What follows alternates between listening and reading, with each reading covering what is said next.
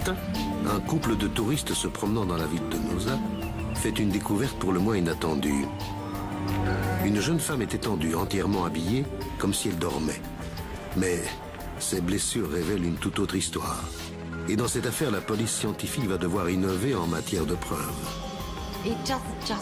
Il ne se déplace pas tout seul. Il doit être transporté par quelque chose. De preuves pour inculper un meurtrier des plus astucieux. On devait se poser des questions. Était-elle vivante en arrivant ici? Est-elle venue de son plein gré? Était-elle déjà morte à ce moment-là? On a besoin de preuves solides pour pouvoir accuser quelqu'un de meurtre. Ça ne colle pas, il y a quelque chose qui cloche dans cette affaire. Il l'a amené là parce qu'il avait vraiment dans l'idée de commettre le crime parfait. On savait tous que c'était lui. Bonjour. Je suis heureux de vous retrouver sur ce plateau pour cette nouvelle émission inédite. Dans une enquête criminelle, les premières 48 heures d'investigation sont toujours décisives. Et cette affaire ne fait pas exception à la règle. Dans un premier temps, les enquêteurs ont l'impression que le suspect a commis un crime parfait et qu'il va leur être impossible de le confondre avec des preuves matérielles, à moins que l'extraordinaire diversité des espèces végétales créées par la nature ne leur vienne en aide. J'ai reçu un appel me disant que le corps d'une jeune femme avait été retrouvé morte au milieu des arbres, près du parking de Noosa, à seulement quelques mètres des voitures. La végétation de la zone était très dense. Il y avait beaucoup d'arbres, notamment des acacias. Elle avait visiblement subi des violences physiques. Il y avait des marques autour de sa gorge, de ses joues et de ses yeux. Le corps a été découvert par des vacanciers aux environs de 8h30, étendu au milieu des arbres à seulement quelques centaines de mètres de la plage. La police déclare que le corps se trouve là depuis le début de la matinée au plus tôt. La jeune femme a apparemment été frappée et étranglée. C'est une des premières destinations touristiques d'Australie, pour ne pas dire du monde. Et il y a eu un crime d'une extrême violence. Le plus choquant, c'est le contraste entre l'intention claire de faire du mal à la victime et le cadre idyllique de la scène du crime. Pour expliquer pourquoi la victime s'est retrouvée là, on explore tous les scénarios possibles. Est-ce qu'elle y est allée de son plein gré? Est-ce qu'elle a été attaquée sur la plage? Est-ce qu'elle a été agressée dans la ville ou est-ce que son corps a été abandonné là? La ville de Noosa est très touristique. Elle a pu rencontrer son assassin après être allée en boîte de nuit. Elle a pu aussi sortir en ville pour la soirée, rencontrer quelqu'un et un incident tragique est arrivé juste à côté de l'endroit où son corps a été découvert. Toutes sortes d'hypothèses nous passent par la tête pour expliquer ce qui s'est passé. Et on ne peut évidemment en écarter aucune. Pour commencer, on devait rassembler toutes les preuves présentes sur les lieux et protéger la scène du crime pour que la police scientifique puisse mener son enquête.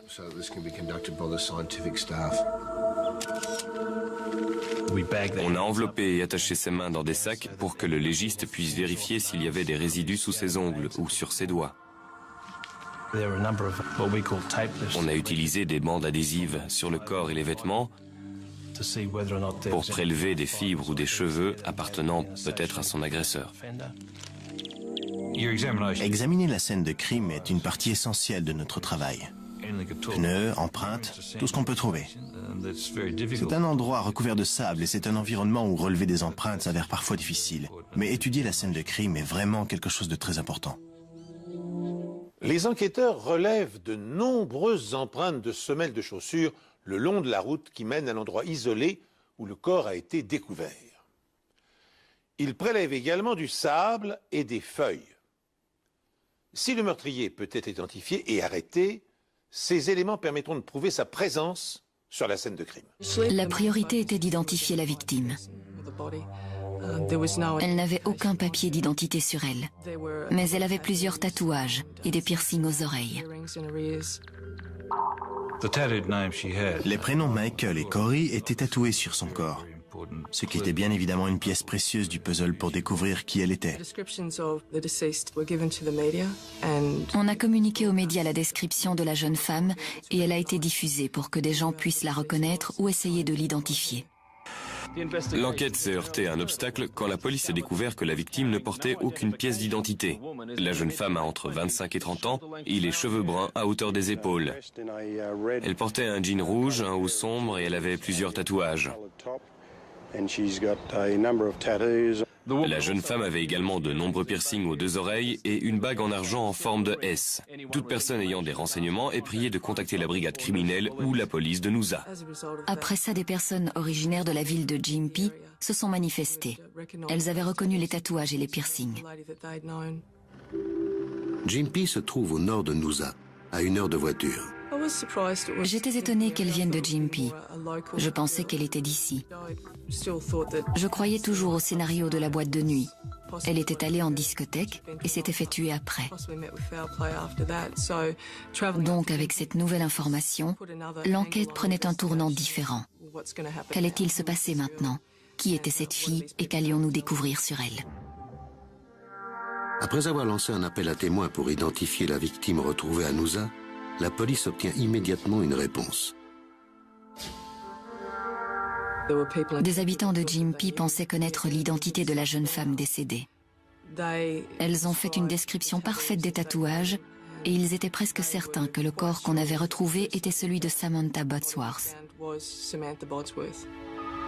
À ce stade-là, l'identification n'était pas encore officielle.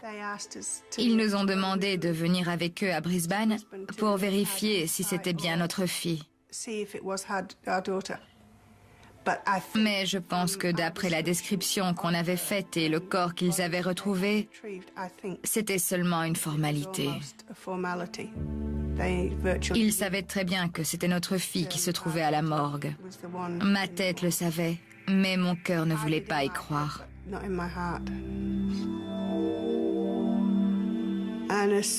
Et dès que j'ai vu que c'était Sam, j'ai eu envie de la serrer dans mes bras. Même si elle n'était plus là. Je voulais bêtement essayer de la réchauffer, même si je savais qu'elle était morte. Et elle n'était pas maquillée, pas une trace de maquillage. Elle avait eu un accident de voiture quelques années plus tôt et elle était très complexée à cause de cette cicatrice sur sa joue. Alors c'était vraiment étrange. Elle ne serait jamais sortie sans être maquillée, même pour aller sur le pas de la porte.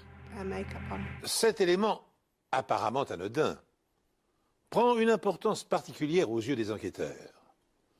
Sachant que Samantha ne se montrait jamais en public sans maquillage, que faisait-elle la nuit, à proximité d'une boîte de nuit et à 1 heure de route de chez elle?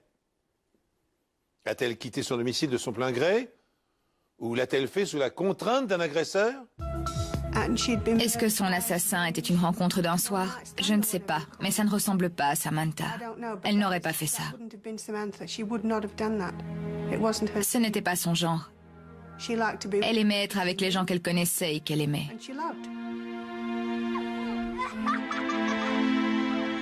Corey et Michael sont les 2 jeunes filles de Samantha Bodsworth. Le soir où celle-ci sort pour ne jamais revenir, ils dorment chez leurs grands-parents. La maison de la victime est maintenant envahie par les experts médico-légaux. À l'entrée de la maison, derrière la porte du garage, on a découvert quelques taches de sang. Après une inspection plus poussée dans toute la maison, on a également trouvé des taches de sang dans la chambre. D'autres avaient été essuyées dans le salon et la salle à manger. Les gens essaient souvent de nettoyer les lieux une fois le crime commis, mais là, le nettoyage était très rudimentaire. Les enquêteurs prélèvent des échantillons de sang et rassemblent des objets souillés dans l'espoir d'y trouver l'ADN de l'assassin. Dans la chambre de Samantha, une bagarre a visiblement éclaté.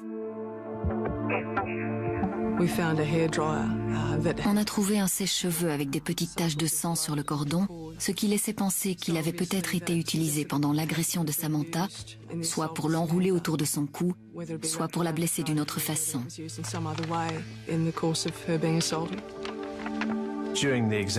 Dans la buanderie, il y avait plein de vêtements dans la machine à laver. On les a retirés et ils étaient tachés de sang. Et il y avait un pendentif au milieu des vêtements. C'était un des bijoux préférés de Sam, parce que c'était son oncle de Grande-Bretagne qui lui avait offert. Et c'est une pierre qu'on ne trouve qu'à un endroit précis en Grande-Bretagne. Le plus intriguant avec ce pendentif, c'était que les parents de Samantha nous avaient dit qu'elle ne l'enlevait jamais. Même pour prendre sa douche ou nager, elle le gardait tout le temps. À l'évidence, elle y tenait beaucoup et pourtant il s'est retrouvé dans la machine à laver de la maison où on a découvert des taches de sang et des traces de lutte. On a tout de suite vu que quelque chose clochait dans cette affaire. Pourquoi ne portait-elle pas son pendentif? Qui lui aurait enlevé? Où était la chaîne?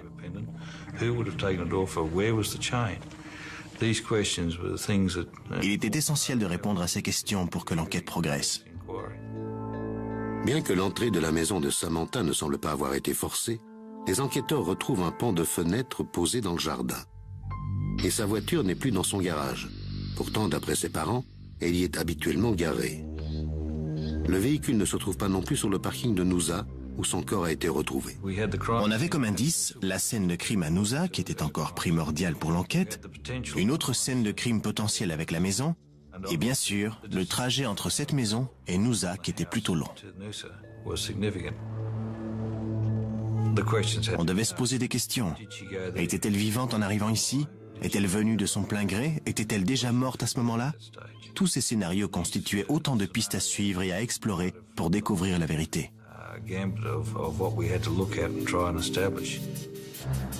Pendant l'autopsie, le médecin légiste a déterminé qu'elle était morte par strangulation, ce qui correspondait à ce qu'on avait vu sur les lieux et aux marques qu'elle avait. Les enquêteurs effectuent des prélèvements sous ses ongles. Si Samantha s'était battue, l'ADN du coupable s'y trouve peut-être. On avait de bonnes raisons de penser que les vêtements dans lesquels elle avait été retrouvée à Noosa n'étaient pas forcément ceux dans lesquels elle était morte. La police pense que les blessures de Samantha ont laissé des taches de sang sur ses vêtements. Pourtant, il n'y en a aucune. Quelqu'un a changé ses vêtements, ce qui montre que le criminel faisait tout pour ne pas être retrouvé par la police.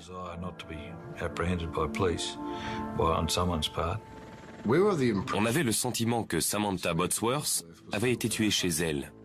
Le mystère, c'était comment elle était allée de Gympie à Noosa. Mais on n'avait aucun doute sur le fait qu'elle avait été assassinée dans sa maison. Samantha a été agressée chez elle. Puis, son corps a été transporté à 80 km de distance et abandonné près d'un bois d'eucalyptus. Pour quelle raison le tueur a-t-il pris le risque de déplacer le cadavre alors qu'il aurait pu le laisser dans la maison? La découverte du pendentif de valeur prouve d'autre part que le vol n'est pas le mobile du crime.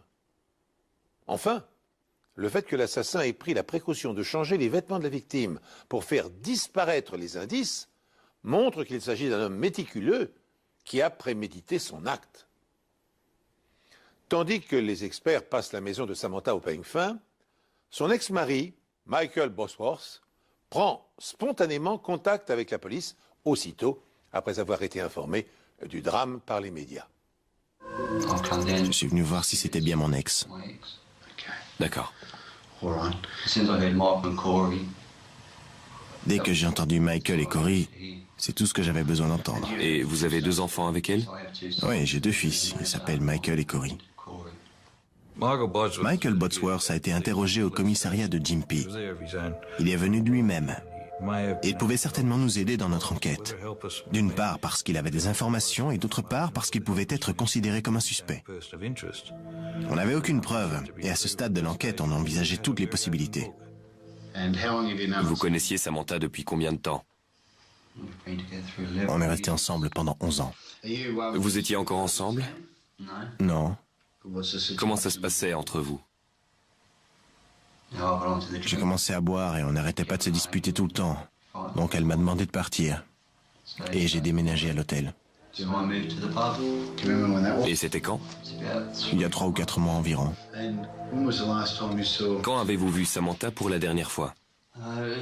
Ça devait être juste après 17h vendredi. Hier. Hier. D'accord, et vous l'avez vue où à 17h? À l'hôtel Mount Pleasant. J'étais devant l'entrée. Elle m'a dit qu'elle avait laissé les enfants chez mes parents. Et je lui ai demandé si je pouvais prendre une douche chez elle. Elle m'a dit d'accord, pas de problème. À l'hôtel, le chauffe-eau était en panne. Je suis monté, j'ai mis tous mes vêtements dans un sac et je suis redescendu à ma voiture. Et je suis parti voir mes enfants chez mes parents. Pendant ce long interrogatoire, Michael Botsworth raconte en détail tout ce qu'il a fait pendant les 24 heures après avoir vu Samantha. À quelle heure avez-vous quitté le domicile de vos parents? Environ à 18h. Et je suis allé au supermarché. Pourquoi êtes-vous allé là-bas? Pour acheter des cigarettes. De quelle marque? Long Beach. Vous avez un reçu? Oui. Vous l'avez avec vous? Non, il est dans ma chambre. Vous vous souvenez de quelle heure il était? 18h40, 44. Comment vous le savez? C'est écrit sur le ticket de caisse. Je vérifie toujours les tickets de caisse. Vous avez regardé sur le ticket de caisse? Je vérifie toujours les tickets de caisse. Vous vérifiez toujours l'heure sur le ticket de caisse? Ouais. C'est le seul moyen d'avoir l'heure comme j'ai pas de montre. Je vois.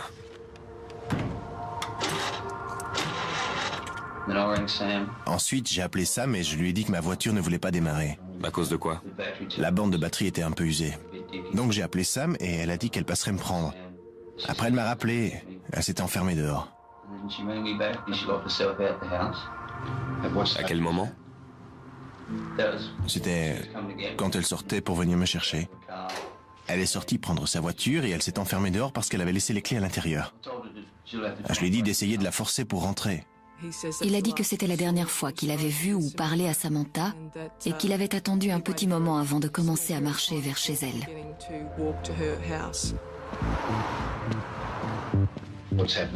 Que s'est-il passé quand vous êtes arrivé chez Sam? Le garage était ouvert. Et il n'y avait ni la voiture, ni Sam. Personne.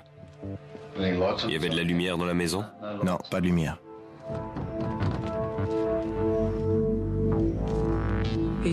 Il est donc retourné à pied à sa voiture, au parking. Il a réussi à la faire démarrer. Et ensuite, il est simplement remonté à l'hôtel Mount Pleasant, où il a pris une douche, changé ses vêtements, et il est descendu boire un verre au bar. Elle avait une raison d'aller à Noosa? Non, aucune. Vous êtes déjà allés là-bas ensemble? Non. Elle y est déjà allée toute seule? Pas que je sache. Vous étiez à Noosa hier soir? Non. Êtes-vous allé quelque part au sud de Gympie hier soir? Non, je suis pas sorti de Gympie hier soir. Il nous a ensuite autorisés à aller à son appartement qui se trouve au dernier étage de l'hôtel Mount Pleasant pour regarder dans sa chambre et poursuivre les analyses scientifiques en prenant les vêtements qu'il portait la veille du meurtre. Quand on est arrivé à l'hôtel, j'ai vu qu'il y avait beaucoup de clients qui buvaient au bar. Tu ne perds rien pour attendre. Je ne pense pas qu'ils étaient prêts à le lyncher. Simplement, il y avait certainement beaucoup de gens dans le bar ce soir-là qui connaissaient Samantha et qui pensaient savoir qui était le meurtrier. L'homme qui porte ces accusations s'appelle Scott Knowles. Ce soir-là, on était très en colère après avoir appris la mort de Sam. Il y avait beaucoup de monde en colère, parce qu'elle était très appréciée. J'ai explosé de rage parce que j'étais sûr que c'était Michael qui l'avait tué. Scott Knowles est le nouveau petit ami de Samantha. Avec Sam, on était ensemble depuis 6 semaines, depuis qu'ils étaient séparés. Ça se passait toujours bien quand on était ensemble. On aimait être tous les deux. Michael Botsworth parle de cette relation pendant son interrogatoire. Oui, je suis toujours amoureux d'elle. Dans ce contexte, peut-être que vous étiez un peu jaloux. Non. Je suis un peu blessé parce que les enfants l'ont vu dans le lit de leur mère. Mais Sam m'a juré qu'elle ne couchait pas avec lui, et je la crois. Et ça vous poserait un problème? Non, pas du tout. Et s'il emménageait? Et qu'il emménage, ça me dérange pas. Vous savez si Sam et Scott se sont déjà disputés? Non, je crois pas. Vous le décririez comme quelqu'un de violent? Scotty? À mon avis, il ferait pas de mal à une mouche. Scott Knowles avait les nerfs à vif. Et je crois qu'à un moment, il a même dû être retenu par un de ses amis tellement il était énervé. On voulait éviter qu'une bagarre éclate, alors on a fait monter Michael à l'étage. Les techniciens de la police scientifique ont passé sa chambre au peigne fin et ils ont pris des photos. Michael nous a donné les vêtements qu'il portait la veille. Il les avait lavés. Ils pendaient sur la corde à linge à la fenêtre. La plupart des gens ne seraient pas d'accord pour que la police fasse ça, mais lui, ça ne le dérangeait pas. Il voulait sûrement donner l'impression de ne pas être inquiet pendant qu'on prélevait des échantillons et qu'on essayait de trouver des preuves qui auraient contredit ce qu'il nous avait dit dans sa déposition.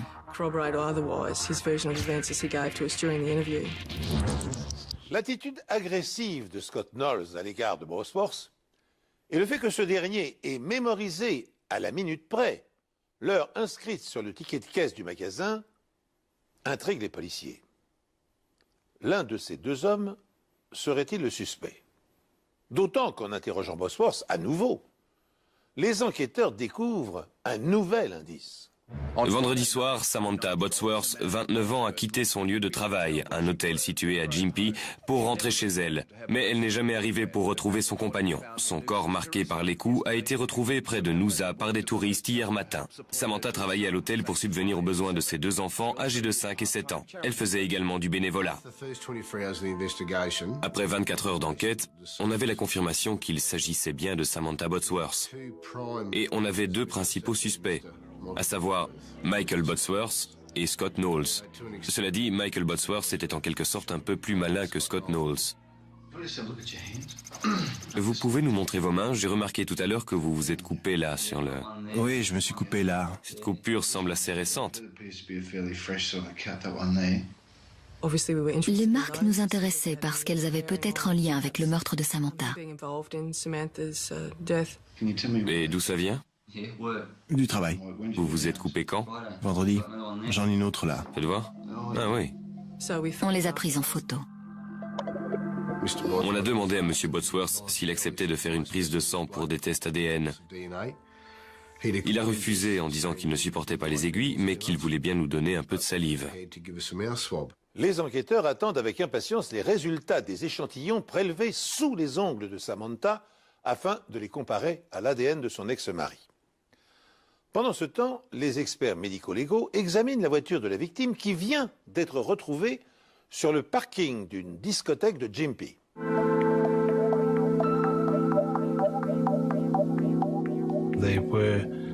Il y avait plein de fleurs, de feuilles et d'écorces sur le siège conducteur et sur le sol de la voiture. À l'arrière du véhicule, sur la plaque d'immatriculation, il y avait comme du pollen, ce qui a créé une certaine fluorescence qui ressemblait beaucoup à celui qu'on avait vu à Noosa. Les experts emballent tous les éléments susceptibles de servir de preuve ou de faire avancer l'enquête, comme les feuilles ou les mégots de cigarettes. Les mégots proviennent apparemment des cigarettes fumées par Samantha, mais les enquêteurs remarquent qu'elles sont de la même marque que celles achetées par Michael Bosworth au supermarché. Il a remis son ticket de caisse à la police, ainsi qu'un trousseau de clés appartenant à Samantha, qui est mystérieusement apparu dans sa chambre le soir où elle a été assassinée. Et il nous a dit qu'il manquait les clés de voiture à ce trousseau. Elles étaient dans ma chambre hier soir. Comment vous les avez eues? Sam a dû les laisser là. Elle a aussi une clé de chez moi. Et vous, vous avez les clés de chez elle? Non, je n'ai pas les clés de chez Sam. Donc les clés qu'elle... Je ne comprends pas pourquoi les clés étaient dans votre chambre. Moi non plus. Mais il manque la clé de la voiture et la clé bleue aussi. Elle avait des codes couleurs pour ses clés. Il manque ces deux-là.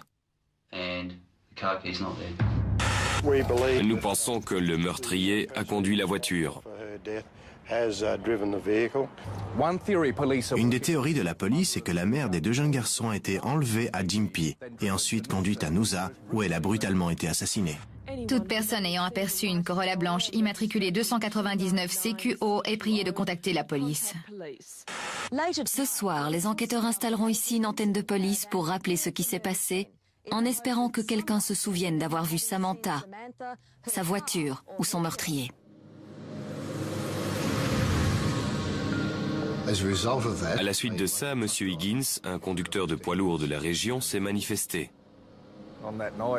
Cette nuit-là, j'ai remarqué une voiture blanche qui roulait dans la même direction que moi, vers le nord. Elle allait très lentement. À la fin, je l'ai dépassée et au niveau de la pente suivante, c'est elle qui m'a doublé. Et je suis resté collé derrière. Donc j'ai eu le temps de la remarquer. M. Higgins était catégorique sur le fait que le numéro d'immatriculation était exactement le même et que c'était cette voiture qu'il avait vue sur l'autoroute. Bien que Higgins, le chauffeur du camion, n'ait pas vu correctement le conducteur de la Corolla, ni même remarqué si un passager se trouvait ou non à bord, les policiers pensent avoir affaire à l'assassin. En effet, qui d'autre aurait pu conduire la voiture de Samantha durant la nuit fatale, puis l'abandonner sur un parking de Gympie, après avoir déposé le cadavre à Noosa?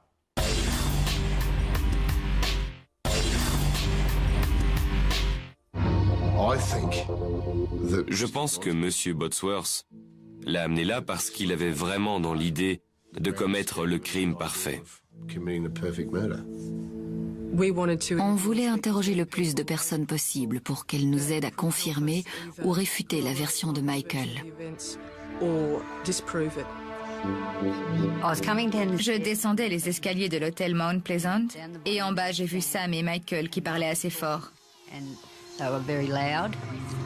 Je ne sais pas de quoi ils parlaient, mais ces derniers temps, ils se disputaient souvent depuis qu'il avait emménagé à l'hôtel. À chaque fois qu'elle parlait à des hommes au pub, Michael débarquait, prêt à frapper.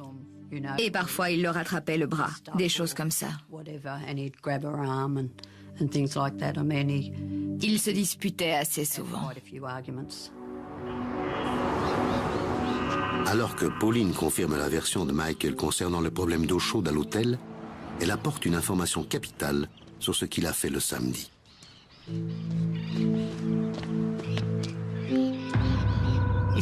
Il m'a dit « Je veux faire une lessive ».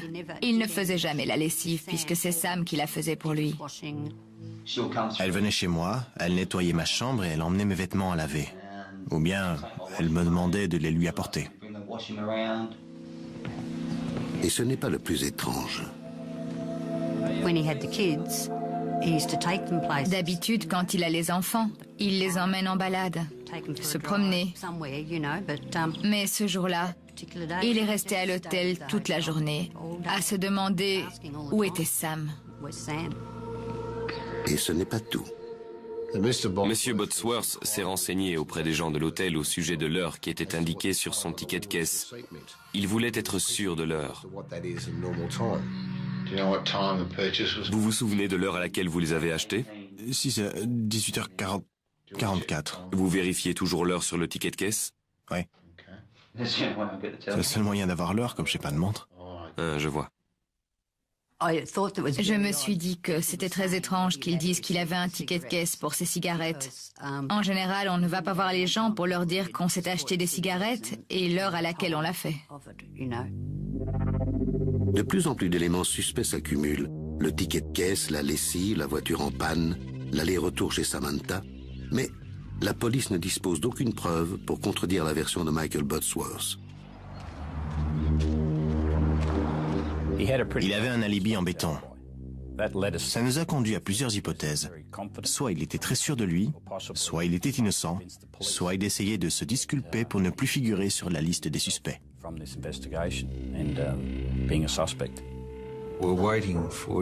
On attendait les résultats de différentes analyses pour que l'enquête puisse prendre la bonne direction.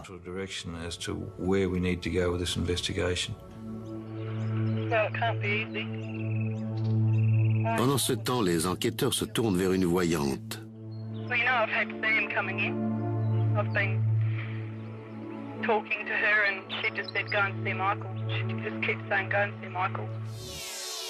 Une semaine après le meurtre de Samantha, la police a donc un suspect principal, mais aucune preuve pour l'arrêter. Plus les jours passent et plus la frustration augmente. On se sent impuissant, incapable de clore le chapitre d'une histoire aussi triste.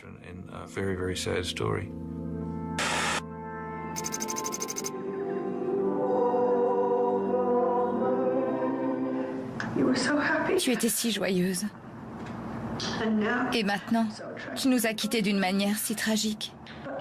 Mais notre amour pour toi et ton souvenir resteront à jamais dans nos cœurs.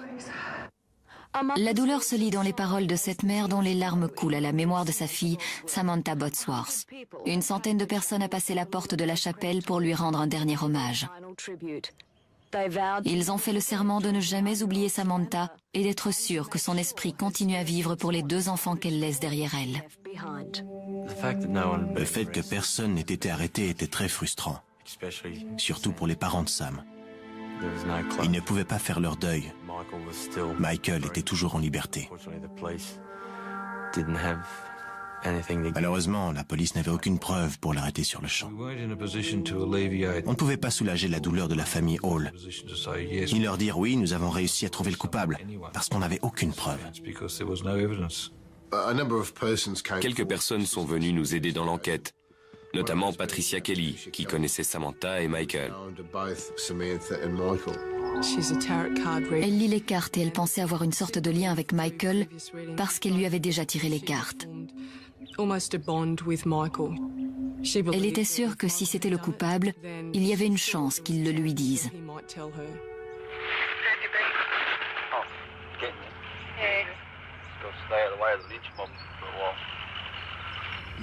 Avec l'accord de Patricia, on lui a posé un micro et elle s'est arrangée pour donner rendez-vous à Michael dans un parc à Gympie.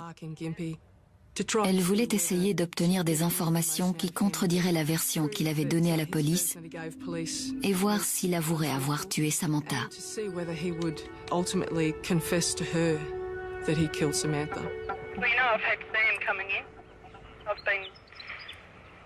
Talking to her and she just said go and see Michael. She just keeps saying go and see Michael.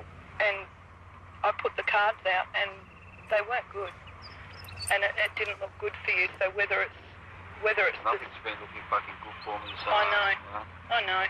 But she keeps pointing the finger at you, Michael. I have to tell you that. And if you've killed Sam and you want to talk to somebody, you can talk to me. Pendant sa conversation avec Patricia Kelly, Michael Botsworth a maintenu sa version et rien de concluant n'en est ressorti. Il restait manifestement sur ses gardes. Michael, the problem is that you're under suspicion. What I've given them. The trouble is though, they can't find the killer. I've given them everything that they've asked for. Apart from blood. But they gave me a cotton wool to chew on. Well, to get saliva or something. Yeah. And they said, oh yeah, we're going to do DNA. I said, yeah, well that's fine. You'll find my DNA, Sam. I just fucking lived there. La police obtient finalement les résultats des tests ADN. Les résultats ont démontré que l'ADN de M. Botsworth était présent sur un torchon retrouvé dans la cuisine, mais aussi sur le sol de la chambre. Son ADN est également présent sur l'un des 5 mégots de cigarettes recueillis dans le cendrier situé près du lit de Samantha. Mais il n'y a aucune correspondance avec les mégots retrouvés dans la voiture de la victime.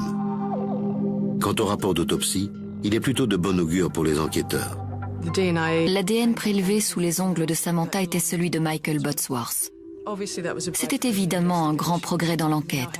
On avait un élément concret pour dire que quelque chose s'était passé entre eux.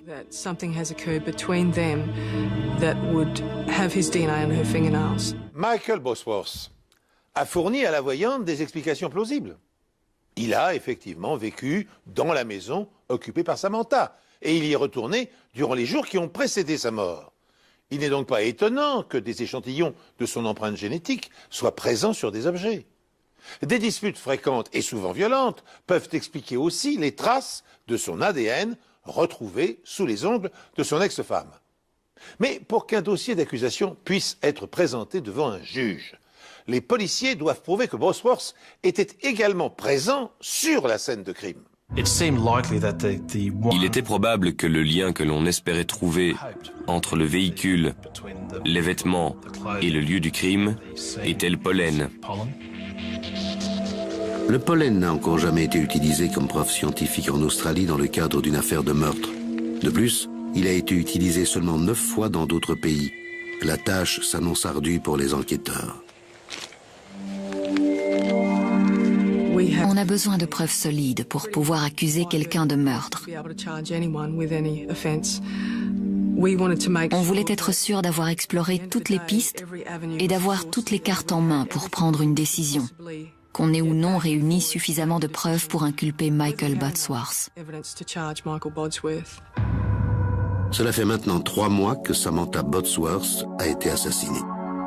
Malcolm et Lynette Hall ont engagé des procédures pour obtenir la garde totale de ces 2 enfants. Ils étaient convaincus que Michael Bosworth était responsable de la mort de Samantha et ils ne voulaient pas qu'il ait la garde des 2 petits garçons. La garde a été confiée aux parents de Samantha. Et peu après, M. Bosworth a quitté le Queensland pour s'installer dans le sud de l'Australie. Quand Michael Bosworth est parti à Adélaïde après avoir perdu la garde de ses enfants, nous doutions vraiment qu'il soit un jour arrêté. J'étais terrifiée à l'idée qu'il s'en sorte, parce que ça voulait dire que je devrais vivre avec ça, et je n'étais pas sûre d'en être capable. Mais nous voulions essayer et laisser la justice faire son travail. Avant de partir, Michael Bosworth laisse une preuve de plus de son innocence. Il a placé une croix à l'entrée du parking où le corps de Samantha a été retrouvé. Mais la croix n'était pas à l'endroit exact où le corps avait été retrouvé, ce qui laissait croire qu'il ne savait pas où exactement la victime avait été abandonnée. Et ça donnait plus de crédibilité à son innocence.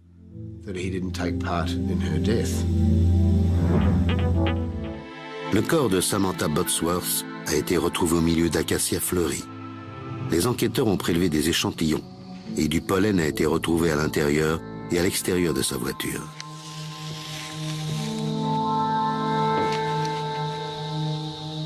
La police a également en sa possession les vêtements nettoyés que Michael Bosworth portait la nuit où Samantha a disparu. Mon travail était maintenant de découvrir si les échantillons de fleurs prélevés dans la voiture, sur les bandes adhésives et dans le filtre, étaient les mêmes que ceux prélevés à Noosa.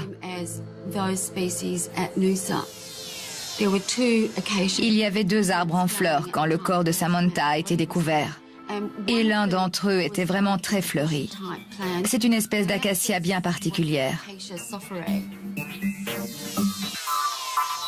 Et c'est le pollen de cette espèce qu'on a retrouvé sur la plaque d'immatriculation et dans le filtre de la voiture du côté conducteur. Ce qui indique que la voiture était à Noosa, sur les lieux du crime. Le docteur Milne peut l'affirmer avec certitude car les acacias ont une caractéristique particulière. La pollinisation des acacias est assurée par des insectes et d'autres animaux. Le pollen ne se déplace pas tout seul. Il doit être transporté par quelque chose.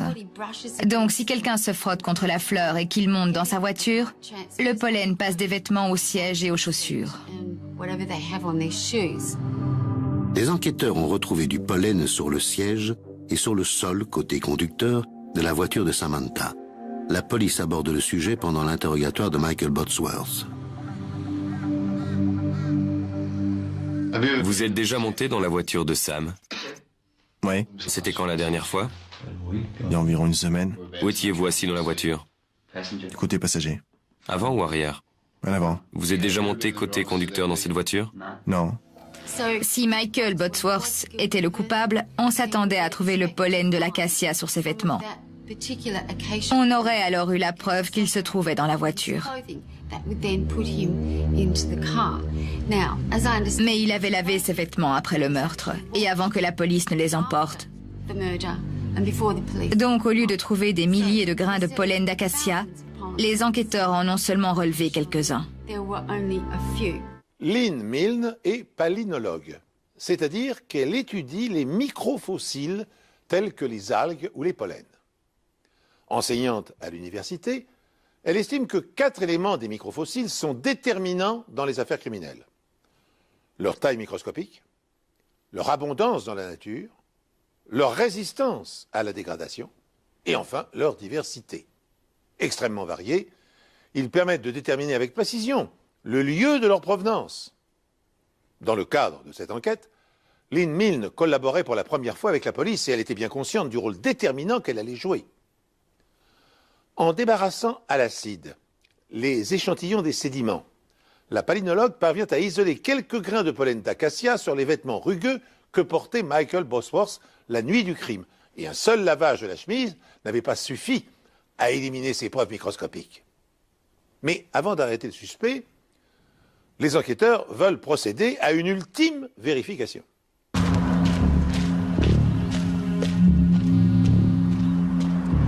On a décidé de refaire le trajet que M. Bosworth avait dit avoir fait l'après-midi du meurtre. C'était pour nous assurer qu'il n'y avait pas d'acacia le long du trajet, avec du pollen qui aurait pu se déposer sur ses vêtements. Si c'était le cas, il aurait eu une raison légitime d'avoir du pollen sur ses vêtements. Les arbres qui poussaient dans cette zone étaient bien en dehors du chemin, et aucune des espèces n'était fleurie à ce moment-là. J'ai pris du pollen des acacias de Gympie. Je l'ai étudié pour le comparer au pollen des acacias de Noosa. Et ils étaient totalement différents. On s'est rendu dans le sud de l'Australie pour parler avec M. Bosworth. On l'a rencontré à une station-service près de la plage de Christie's. Et quand on lui a dit qu'il allait retourner dans le Queensland et être inculpé de meurtre, il a paru très surpris et inquiet. Un homme a été arrêté à Adélaïde et inculpé à Gympie du meurtre brutal de son épouse il y a 8 mois. Le corps roué de coups de Samantha Bosworth, mère de 2 enfants, a été retrouvé dans les dunes de sable de Noosa. C'est sur le chemin du retour qu'il a souhaité nous en parler et nous dire la vérité. Comme on n'avait rien pour l'enregistrer, on lui a demandé de garder ces informations jusqu'à ce qu'on arrive à Maroochydore, où on avait l'équipement nécessaire pour pouvoir enregistrer sa déposition.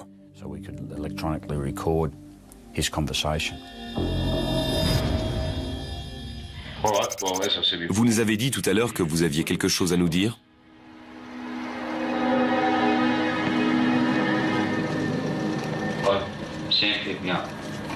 Night she died from Woolies.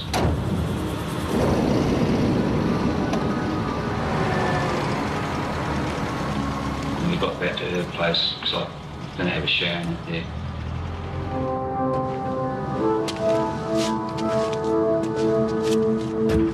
What did he say? He said he saw you driving like an idiot in the car with the kids. And she was telling me that, after the weekend I can't see the kids and all this because their dad's been in the ear about I drive dangerously with the kids in the car.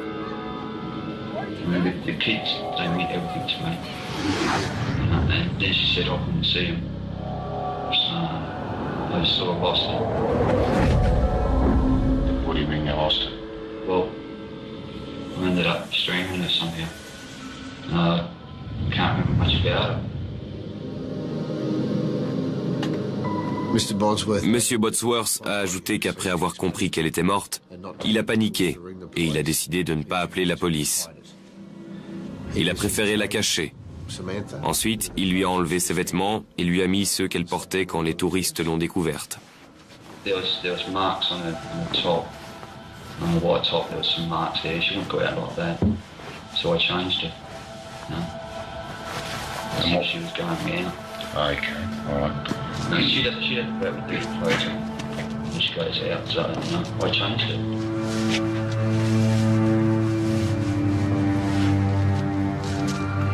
Whereabouts in the vehicle did you put it? Front passenger seat. Okay. And why'd you do that? Because if I drive, that's where she always sits.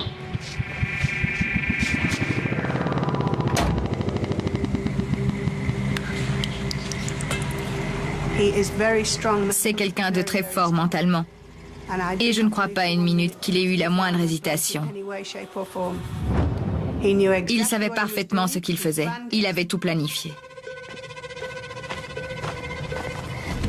Mais ce à quoi il ne s'attendait pas, c'était l'ADN et le pollen. Et le fait que tous ceux qui connaissaient Sam savaient que c'était lui.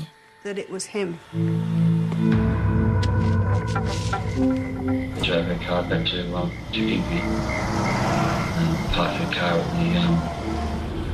at the night disco. And that's it. Can I ask you why you did that?